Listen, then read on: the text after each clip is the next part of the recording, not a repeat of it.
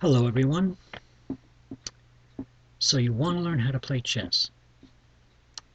Well, this is my first real uh, series of videos, chess lesson number 1, in a series that I intend to make to take you from not knowing anything about chess at all to at least knowing how to play. Now, it takes a lifetime to master, and I'm no master, and I've been playing for about 20 years now. So don't feel bad if you think you can't get it, because it takes a long time. What's interesting for your parents to know is that if your kid starts playing chess at as young age as 3, they will easily be able to be masters by the time they're teenagers. Whereas if you start late like I did, when I was around 20 or 15, 20 really, uh, I'm playing for 20 years or more, and I'm still, actually I'm playing for more than 20 years, and I'm still barely a 1700 player. It's also good for kids in school to have chess available to them. It's been known that the schools, the districts that have chess available, the students are known to have better thinking skills. Their grades usually are higher. Um, in any case, it's good for everybody. And of course, if you want to teach your kids how to play chess and you don't know how to play yourself, well, these videos are for you. So let's get started and stop boring you to death. First thing you'll see, obviously the chessboard is in front of you. When you put a chessboard on a table, a light square always goes on your right side. Okay, no matter which side you play, it's always true. The white square goes on your right side. Okay, the pieces are set up as you see them. Let me go ahead and flip that board over again. It doesn't take long. Practice setting up. The rooks go in the corners, the castles as they call them. Generally they're called rooks. Some people like to call them castles. The knights go next, the bishops next, and the king and the queen. Now, the way to remember which one the queen goes on is that the queen takes your own color. In other words, if you're playing white, your queen goes on the light square. If you're playing black, your queen goes on the dark square. You'll also notice if you have a board that's labeled with the coordinates,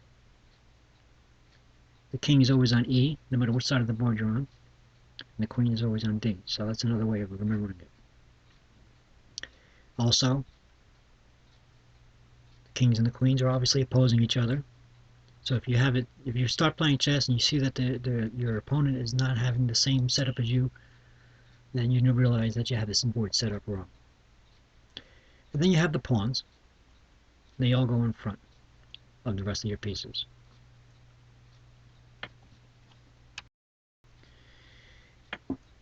Now each piece has their own way of moving. The knights have a special way of moving. The pawns have even a stranger way. The queen being the most powerful piece, but the king being the most important. The object of the game is to protect your king from your opponent able to be The most important thing is to keep your king out of the reach of your opponent and the possibility of it being captured. Once that happens and you can't get out of it, that's checkmate. I'll be going over what is check and what is checkmate in the next few videos. But first, let's find out how the pieces move. The knights are the only piece that can jump over. So right now, if I didn't move a pawn, I can't move any other piece except for the knight. The knights have the ability to move in an L shape and able to jump over. So this knight can go there, and this one can go there right now without having to move any pawns. Okay. So I'm going to pause this and I'm going to set up the board and show you each piece individually. Now it's important to note that many of the pieces have special moves, the king being one of them, the pawn being especially one of them. But we'll get into that later, because the king can only move one space at a time with one exception, and that's called castling, but we'll get into that later. It's also important to note that all the pieces capture other opponent's pieces by landing on their space. Okay, so this king can move there, there, there, and there, and this one can move here, here, here, and here. Now, it's important to note that you cannot bring two kings together. So while these kings are sitting where they are, the reality is the reality is that neither of these kings can move into this square.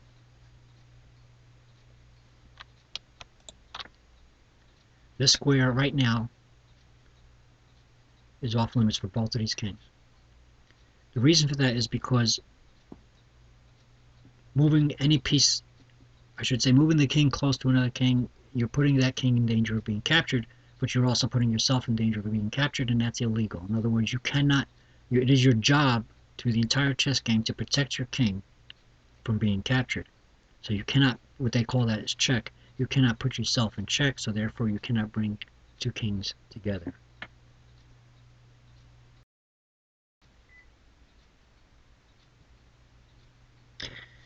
So let's start, after the king, let's start with the rook.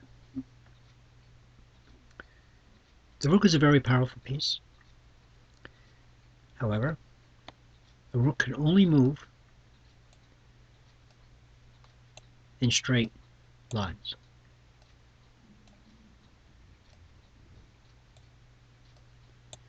So a rook can move horizontally or vertically as many spaces as it wants, up until it has something to stop at.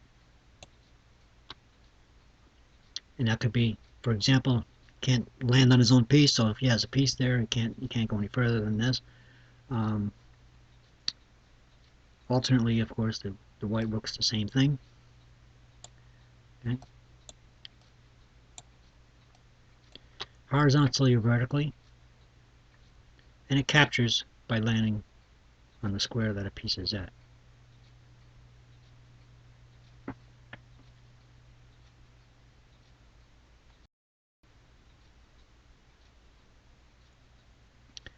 The bishops, you'll notice that there are two on this board.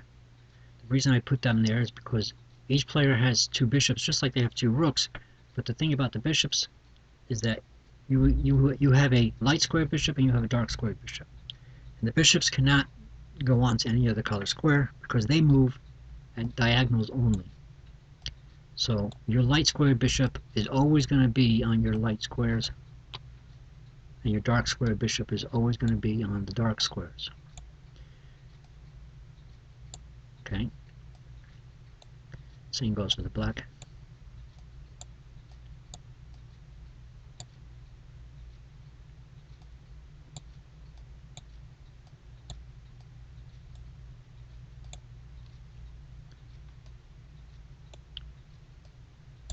All right. Take a look at that. Bishops only move diagonally. They cannot wander off of their color.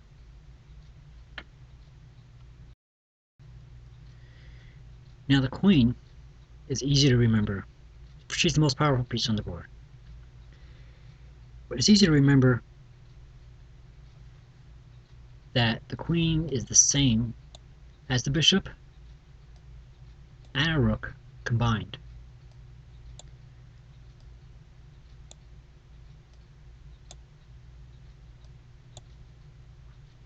The queen moves on its diagonals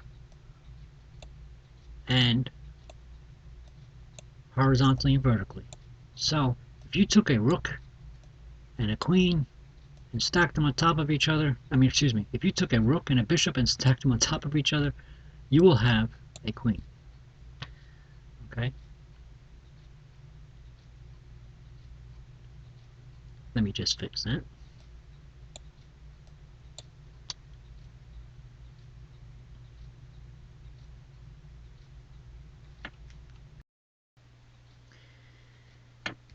I mentioned earlier before that the knights are the only piece that can jump over. However, they're very restricted to which way they can move. They can only move in an L shape. They capture on the land, like any other piece. So this knight, the black knight, can move here, the black knight can move here, here, here. I'll just highlight all the squares so I don't keep saying here.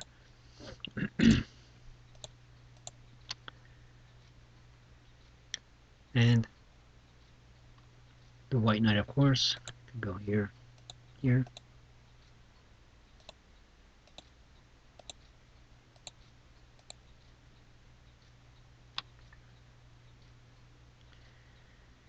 So neither one of those knights are endangering each other right now. Remember that the knight moves in an L shape. So we're looking at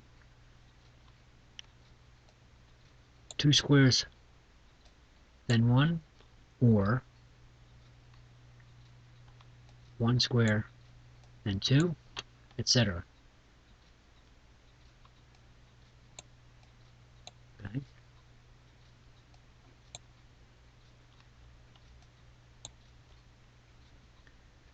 As you can see, when you do that, you end up landing on the square that I highlighted.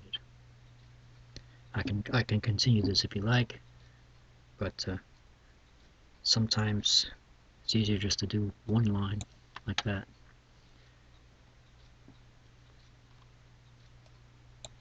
Okay, let's just do that right.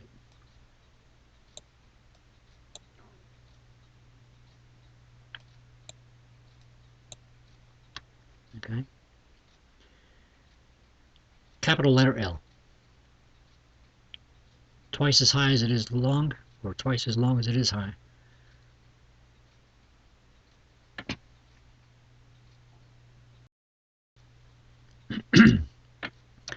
Well, now we're at the pawns.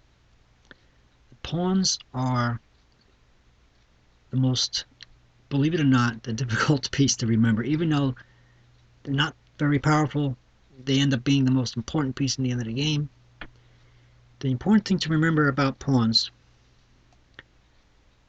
is that while the first move can either be one square or it can be two squares, each following move of that pawn can only be one square continue. There are three different things about pawns. That's number one. Actually, there's four, but that's number one. So if I choose to move this pawn right now, if I move it only one square, from then on I can only move it one square at a time. If I choose to move a pawn two squares, the first move, always on the first move you have a choice to move it one or two squares. I can still only move it one square at a time afterwards. The other problem, or I shouldn't say problem, the other problem with, I said it again,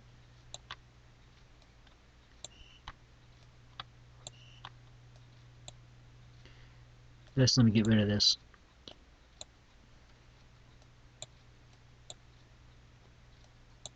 Okay. The other thing about pawns, all the other pieces can move up, down, left, right, or the knight can move, in L shapes, forward and backward. The pawns can never move back. Once you move a pawn up,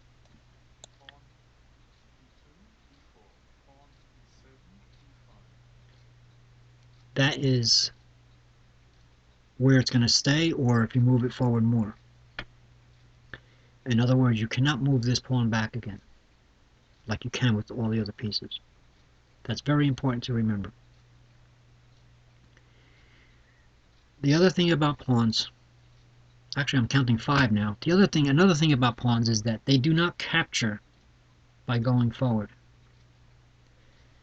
This pawn cannot capture this pawn, and this black pawn cannot capture the white pawn. A pawn can only capture like a bishop captures, at an angle. It cannot move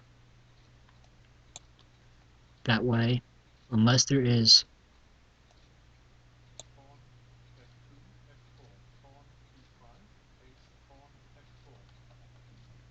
as you can see, the computer did it for me. The pawn takes at an angle, and then from there it can still only move one space at a time forward until it comes in contact with another angle of another pawn. Okay? So this pawn is blocking this pawn, and the white pawn is blocking the black pawn. The black pawn is blocking the white pawn right now. That is until I move another pawn, and the black can decide, as the computer did decide, to take that pawn. Okay? Third thing about pawns. Talking about captures. Now I have a first video which I published on en passant, and I showed a game, and I'll show you that now, or perhaps in the next video. Depends on how much time I got left here. Another thing about pawn capture is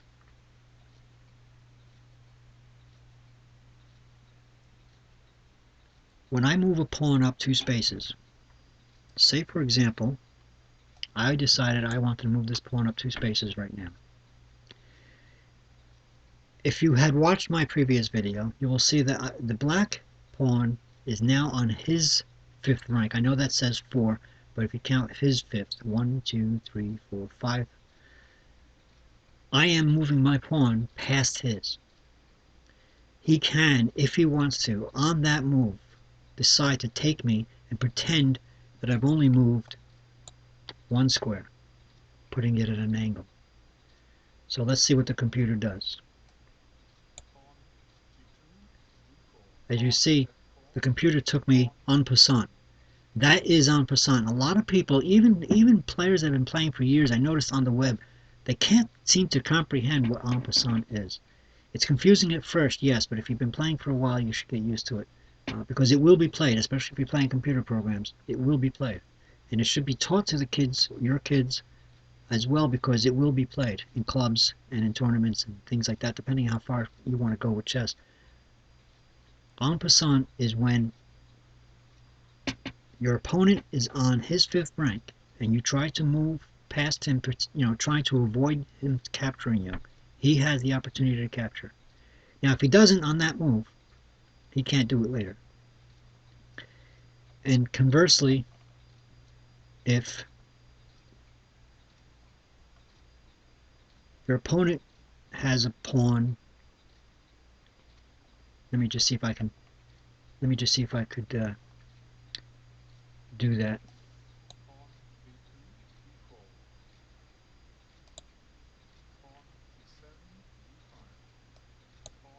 Okay, so now I'm on my 5th rank.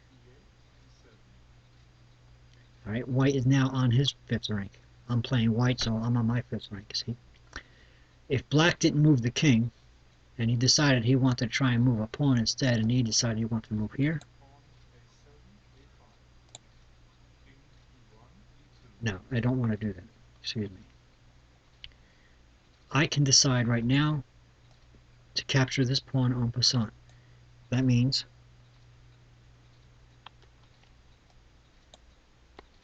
I can capture this pawn and pretend that black only moved the pawn 1 space. Okay, so I'm going to do that just to show you.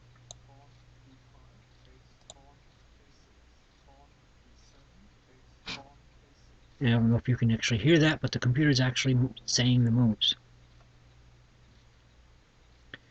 So those are the special things about pawns. There is one more special thing about pawns I want to show you. But while I have this screen up and you're watching, I want to talk to you about notation. I explained, or did I explain? I explained earlier about the notation of the A through H and the 1 through 8. If you've ever played Battleship, you know how this works. For example, this square is square C3. Okay? So if I were to move this pawn, you'll see that the computer says pawn C2 to C3, and black king moved from E8. You can see this is E8 to E7. Now that's called long algebraic notation. There is a short form which cuts out the from and to. It just gives you the to. So I can move a pawn. For example, if I move this H pawn, I would say H3 instead of H2 to H3. If you look at this part of the screen, if you can see this, this is the score sheet. Now I'm going to make an attempt at showing you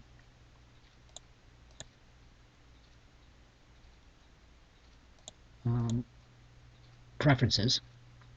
Let me see if I can do that. Options.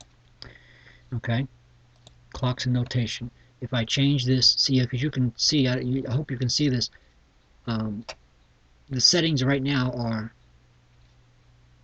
long algebraic. Now, if I just click this button, okay, and say OK, you'll see that a lot of that disappears. So you'll see that the first move way back when was E4.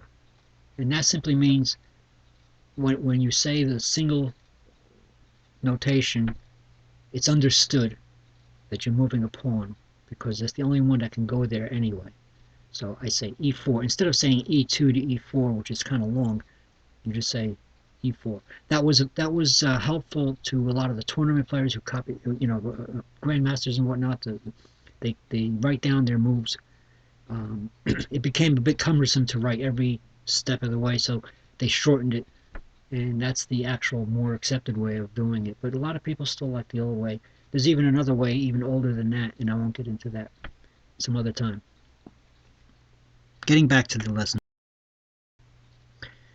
The last thing about pawns is that if you reach the last rank of your opponent, you get a promotion. So I'm going to either let the computer do it or I'm going to try and do it.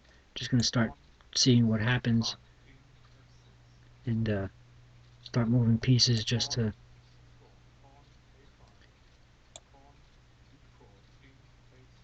If I play recklessly enough,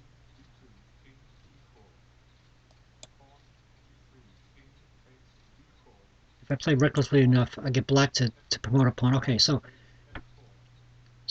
I just let black get a pass pawn, which means that that's black's pawn. I can't stop this pawn, but I'm going to let him. Even if I could, I'm going to let him do it anyway. I'm just going to move anything.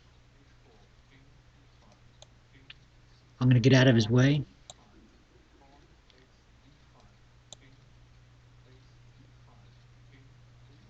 Okay, I'm waiting for this thing to. You know what? I'm just going to do it for him. So if he moved there instead, and then move there. Remember, I said one at a time. Watch what happens. Now, the black pawn is going to get onto my hometown here, and the computer automatically asks you, I want a promotion. Normally, you just get a queen, but there are times in the game where you might want to under-promote. So, what I'm trying to show you is another strange thing about pawns. This is why, at the end of a game, if you play a long game, the pawns end up being the most important piece. Even though they're the lowest, least powerful, they end up being the most powerful in the end. I think I'm going to end the chess lesson here and hope that this helps you out. If there's any questions, please comment, give me a like, do whatever you feel. If you want to mock the, the lousy quality of the video, you go ahead and do that too. I'm hoping to do more of these videos in a much more comprehensive way. This is actually my first real one, and enjoy.